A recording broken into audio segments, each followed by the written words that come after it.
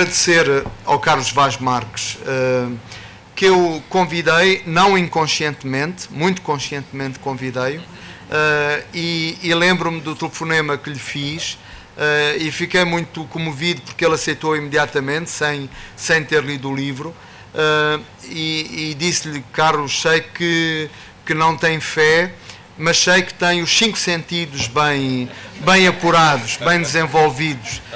E para mim o importante, digamos, não é a fé que não tem, mas é essa capacidade de ouvir, de ver, de gostar, de tocar, que transparece no seu ofício. E para mim é um privilégio muito grande ter aqui o Carlos Vaz Marques, também por aquilo que ele disse, pela diferença e pela distância que ele sente em relação a este livro, mas ao mesmo tempo também pela proximidade.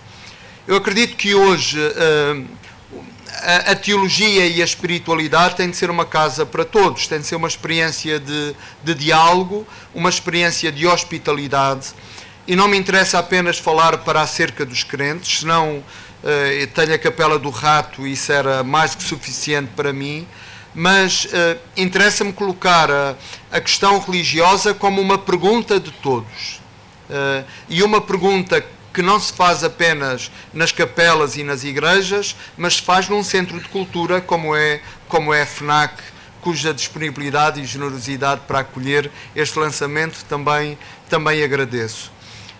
Há uma autora que eu gosto muito e também é uma não crente, Susan Sontag, que ela diz: cada tempo tem de encontrar para si um projeto de espiritualidade. E penso que aquilo que nos é pedido a todos, cidadãos deste tempo, habitantes deste lugar, é que construamos um projeto de espiritualidade que no fundo é um projeto para vivermos bem a nossa vida, para vivermos com sentido. E aí penso que a experiência religiosa é um parceiro na construção deste projeto de espiritualidade, que tem de ser transversal e necessariamente abrangente. Nós, no cristianismo, por vezes perdemos-nos na busca da alma e na auscultação da alma. Oscar Wilde dizia que o mais difícil de ver, de reparar, é o óbvio. E o óbvio é que nós somos corpo, é que nós somos sentidos.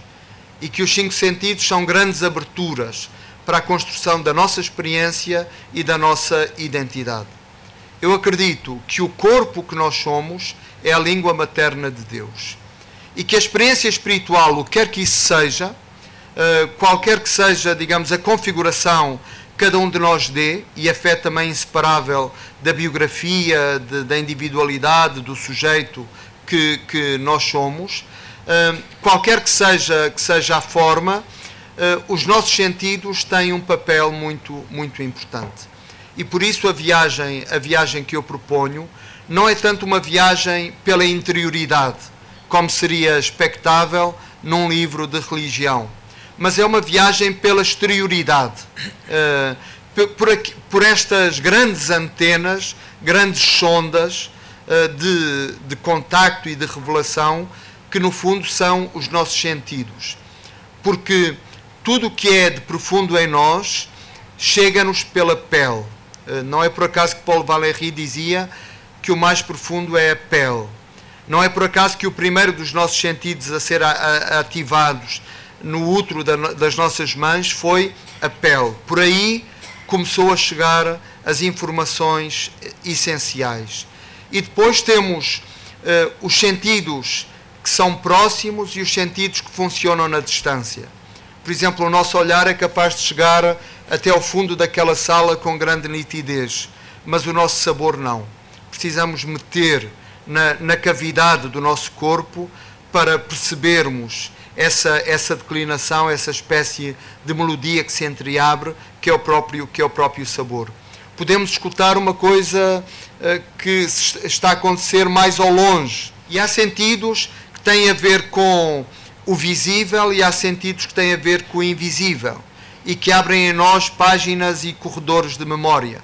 Por exemplo, o odor não se vê, mas nós, pelo odor, fazemos uma espécie de iniciação a um conhecimento que nós sabemos que é absolutamente precioso e que nos lembra todos os odores que nos construíram, os odores da nossa infância, mas lembra também o odor do corpo, o odor das estações, o odor dos alimentos.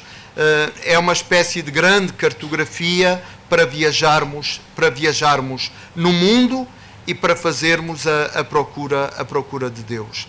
Este livro eu desejei construí-lo numa estrutura um bocadinho musical. Primeiro há um ensaio mais longo, precisamente sobre a possibilidade de construir um projeto de espiritualidade para o presente, onde explico que a mística não é uma coisa para alguns, mas a mística é uma experiência que todos somos chamados a fazer. E penso que é muito importante colocarmos a questão e a conversa sobre religião como uma conversa sobre mística. Às vezes perdemos-nos muito numa certa dimensão institucional do religioso e esquecemos que o religioso, antes de tudo, é uma experiência de sentido, de significado para a vida. É esta revelação que nos transcende, que cada um de nós não sabe bem dizer como, mas à sua maneira vai construindo, mesmo com lacunas, com silêncios, com enigmas, que é sempre. A não crença é um enigma que não é maior do enigma que é a crença. De maneira que estamos sempre no domínio do enigma e da interrogação. Comecei por esse ensaio e depois tenho 5 caminhos, à maneira de variações musicais, para cada um dos sentidos. E estes 5 caminhos são construídos de modo deliberadamente fragmentário, onde revisito, sobretudo, a tradição bíblica, mas também a antropologia, mas também a psicanálise, mas também o cinema, também a literatura, a poesia, também as histórias de vida que vou vivendo e que vão partilhando comigo os outros. E é uma construção deliberadamente fragmentária, precisamente para caber a própria experiência pessoal de cada leitor. Não é um discurso unívoco, mas é um discurso que eu quis poroso, precisamente para poder abraçar aquilo que cada um vive, aquilo que cada leitor transporta para o próprio texto. Os estruturalistas diziam que os livros são só metade do trabalho, porque a outra metade é só ativada pela leitura e pela competência que cada leitor traz ao livro que lê. Por isso, este livro, um livro sobre os sentidos, não podia ser de outra forma, senão um meio caminho onde cada leitor se pode encontrar, recebendo o que aqui está, mas também transportando para a leitura a sua experiência única, a sua experiência que é sempre, no fundo, a coisa mais bela. Uma palavra final para voltar a agradecer-vos muito e a dizer que é porque existem leitores, é porque existe o vosso interesse que eu escrevo estes ensaios. Eu penso que escreveria poemas mesmo para serem enterrados debaixo da terra, mesmo que ninguém os lesse. Mas escrevo estes ensaios porque sei que eles fazem parte de um diálogo, de uma conversa que está a ser mantida e que a mim me sabe muito bem fazer. Muito obrigado.